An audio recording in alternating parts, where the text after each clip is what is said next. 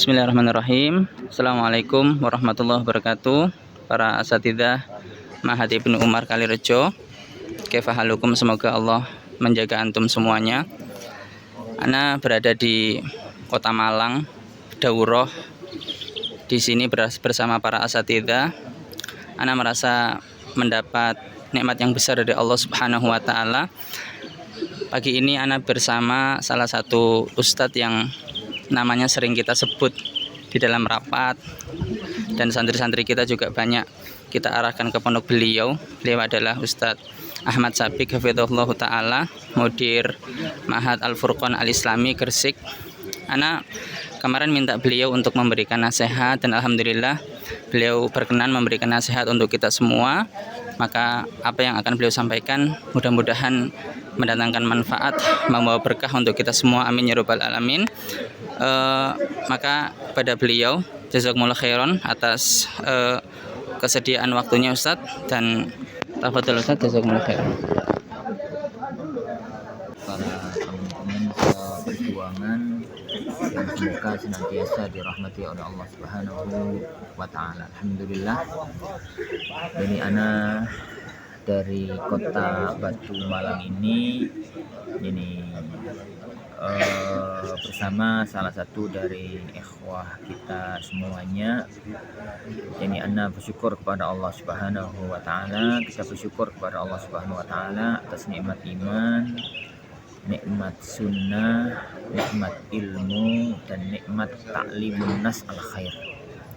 4 nikmat ini para ikhwah fudhala itu telah Allah berikan ini kepada kita, dan itu tidak Allah berikan kepada sembarang orang.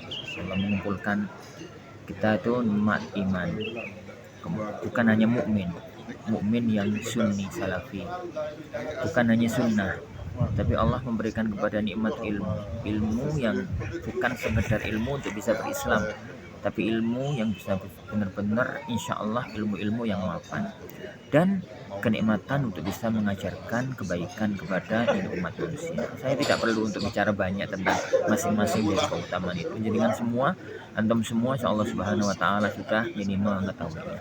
Tapi satu hal ya, sunatullah di muka bumi ini, orang itu semakin tinggi nikmatnya, semakin besar derajatnya, semakin mulia kedudukannya di sisi Allah, maka ujian itu mesti seiring dengan nikmat tersebut.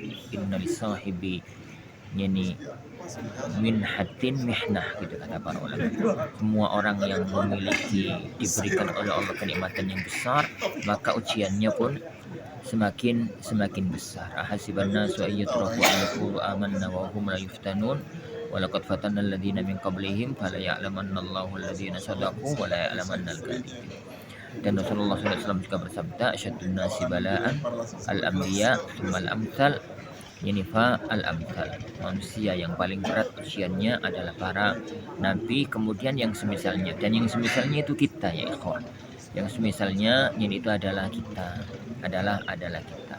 Sunatullah di muka bumi ini yang sering anak ulang-ulang dalam banyak majelis adalah tidak ada orang itu yang diberikan oleh Allah kenikmatan lengkap. Ini diberi semua, diberi itu enggak ada. Tapi sunatullah di muka bumi itu, orang yang diberi kenikmatan ini akan dicabut kenikmatan yang ini. Orang yang diberi kenikmatan yang ini akan dicabut kenikmatan yang itu. Itu sunatullah. Dan itu berlaku di alam semesta. Lihat pohon, lihat binatang, elang yang diberikan oleh Allah kenikmatan, kekuatan dirgantara, dicabut dari Allah, dicabut darinya kekuatan di maritim. Singa yang diberikan oleh Allah Subhanahu wa taala kekuatan, kemampuan, keutamaan di daratan, dicabut oleh Allah Subhanahu wa taala kemampuannya di dirgantara. Begitu manusia. Ini begitu manusia. Pohon yang dikuatkan oleh Allah buahnya, dicabut oleh Allah kekuatan pohonnya, semangka. Pohon yang diberikan oleh Allah kekuatan batangnya, dicabut oleh Allah kekuatan buahnya, jati. Begitu kehidupan. Ini begitulah kehidupan manusia pun semacam. Tapi satu hal yang harus kita pahami, tatkala kita itu menimbang nikmat Allah yang tatkala nikmat Allah itu bisa mengantarkan kita hidup bahagia dunia dan akhirat, yani maka itu adalah nikmat terbesar. Nikmat Allah selagi masih berkutat di dunia, bagaimanapun besarnya itu tetap nikmat yang kecil. Ini harus kita munculkan dalam diri kita masing-masing, bahwa nikmat yang Allah berikan kepada kita itu nikmat yang amat sangat besar sekali, sehingga tatkala kemudian Allah mencabut dari kita nikmat-nikmat yang lain, gambarannya adalah nikmat kemewahan hidup, nikmat kekayaan, nikmat terpenuhinya fasilitas kehidupan dunia, nikmat ini, itu nggak ngersu loh kalau bahasanya orang Jawa. Tapi kita itu tetap merasa nikmat kita itu besar, karena kita memandang nikmat yang Allah berikan kepada kita itu jauh lebih besar daripada nikmat ini tersebut dibandingkan dengan ini nikmat tersebut, sehingga yang muncul itu adalah syukur. Kaidah kita itu la in syakartum la azidannakum wa la in kafartum inna adzabi lasyadid. Jika kalian syukur, maka kami akan nambah nikmatku pada kalian. Jika kalian kufur, maka azabku itu adalah sebuah azab yang ya, kenapa? Ya karena memang ini jalan kehidupan yang harus kita rasakan. Itu kita di pesantren itu adalah untuk meladang pahala, mencari pahala akhirat. Kita di pesantren itu untuk nyambung umur yang kedua. Jangan bisa bayangkan tatkala nanti kita sudah sepuh, sudah tua, sudah meninggal dunia, kemudian tidak mampu lagi untuk beramal, maka kalau kita mengandalkan anak-anak kita sendiri, berapa sih anak kita? Tapi kita itu yang kita pikirkan adalah kalau kita sendiri punya anak kandung 10, 12 itu sudah banyak. Tapi Masya Allah kalau di pesantren itu 200, 300, 400 itu akan terus berkembang. Anggaplah 10%, 5% aja di antara mereka menjadi insan-insan yang barokah, yang manfaat nanti. Alangkah besarnya pahala yang Allah Subhanahu wa taala berikan kepada kita. Dan itu adalah umur adalah umur yang kedua. Jadi adapun tentang masalah fasilitas hidup itu kita bisa hadapi dengan qanaah. Bisa kita hadapi dengan hidup sesuai dengan kebutuhan. Bahasa yang sering Anda munculkan itu adalah adaptasi dengan takdir. Allah itu menjamin kebutuhan hidup kita, tapi Allah itu tidak menjamin keinginan hidup kita. Wa ma min dabbatin fil ardh illa 'alallahi rizquha. Tidak ada satupun yang berjalan di muka bumi, mau manusia mau binatang, kecuali di situ Allah akan menetapkan rezekinya. Rezeki kita itu paten. Dengan keluar dari pesantren, rezekinya juga tetap segitu.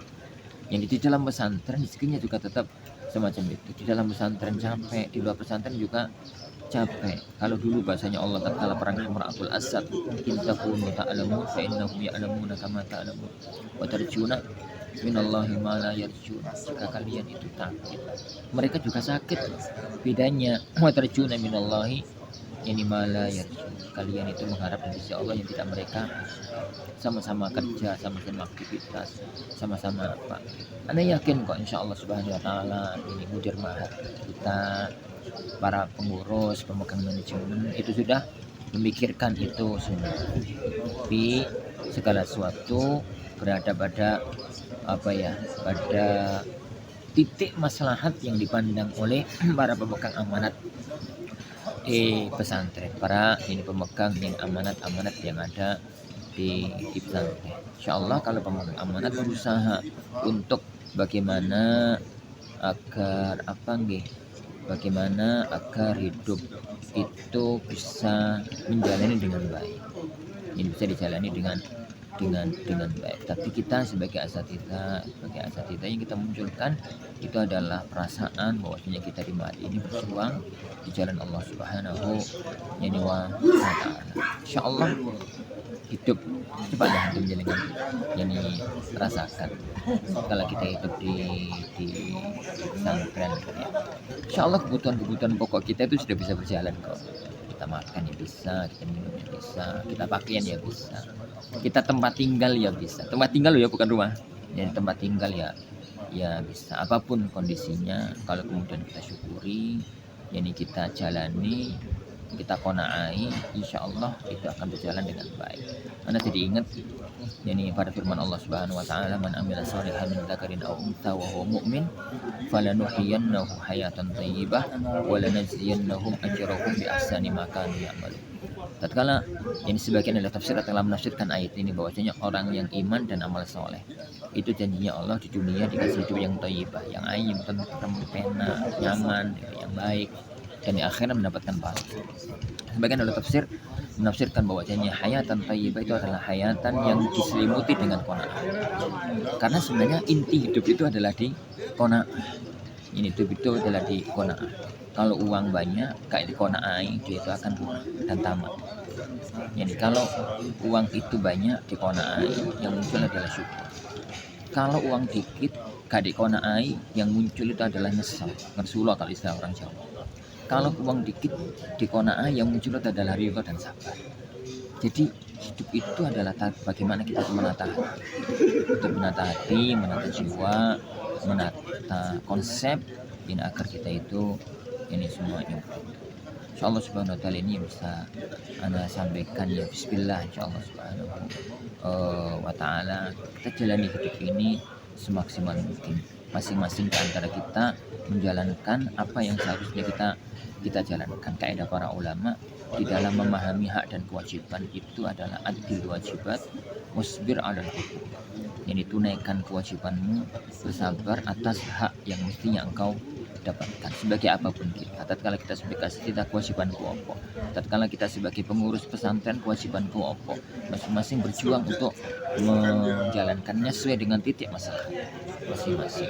Adapun hak apabila terpenuhi maka kita bersyukur kepada Allah, apabila tidak terpenuhi mohonlah kepada Allah Subhanahu wa taala. Masih ingat hadis sahih Muslim tatkala beliau sallallahu alaihi wasallam menyebutkan tentang rakyat dan penguasa, tatkala ada penguasa yang zalim, maka Rasulullah SAW mengatakan kepada ini bukan anak mengatakan pengurusnya zalim ya. Ini bahasanya Rasulullah sallallahu alaihi wasallam tatkala para sahabat itu menyampaikan bagaimana dengan kalau nanti kondisi itu menimpa kita.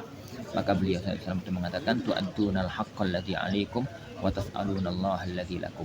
Jika itu terjadi pada kondisi yang disebutkan dalam hadis itu, bagaimana mungkin kita itu tidak melakukan yang lebih daripada itu di tengah komunitas yang insya Allah semuanya menginginkan kebaikan. Tu'addunal haqqal ladzi 'alaikum, tunaikan kewajibanmu, tunaikan tugasmu, wa tas'alunallaha alladzi lakum, dan mohonlah hak-hak kamu hanya kepada Allah Subhanahu wa ta'ala. Semoga Allah Subhanahu wa ta'ala menjadikan kita hamba-hamba Allah yang mampu untuk istiqamah di atas jalan dakwah yang mulia ini. Yakin jalan ini kalau kita jalani, jalan ini kalau kita istiqomahi, jalan ini kalau kita sabari dengan banyak-banyak mengaca kepada kehidupan salafun saleh, kehidupan para nabi, insyaallah di ujungnya kemenangan itu hanya milik orang-orang yang beriman, orang-orang yang istiqomah di atas jalan yang mulia, jalan yang agung. Wallahu alam. Ini sallallahu alaihi wasallam wa baraka ala nabiyina Muhammad sallallahu alaihi wasallam. Ya, jazakumullah khairan Ustaz atas nasihatnya. Mudah-mudahan apa yang antum sampaikan itu sangat-sangat bermanfaat bagi kami Ustaz para asatidzah di Ibnu Umar Kalirejo. Semoga santri-santri kami lebih banyak Ustaz yang bisa ke pondok antum, karena harapan kami untuk santri-santri kami itu bisa lanjut ke Universitas Islam Madinah Ustaz. Amin amin. Jazakumullah khair. Assalamualaikum Ustaz.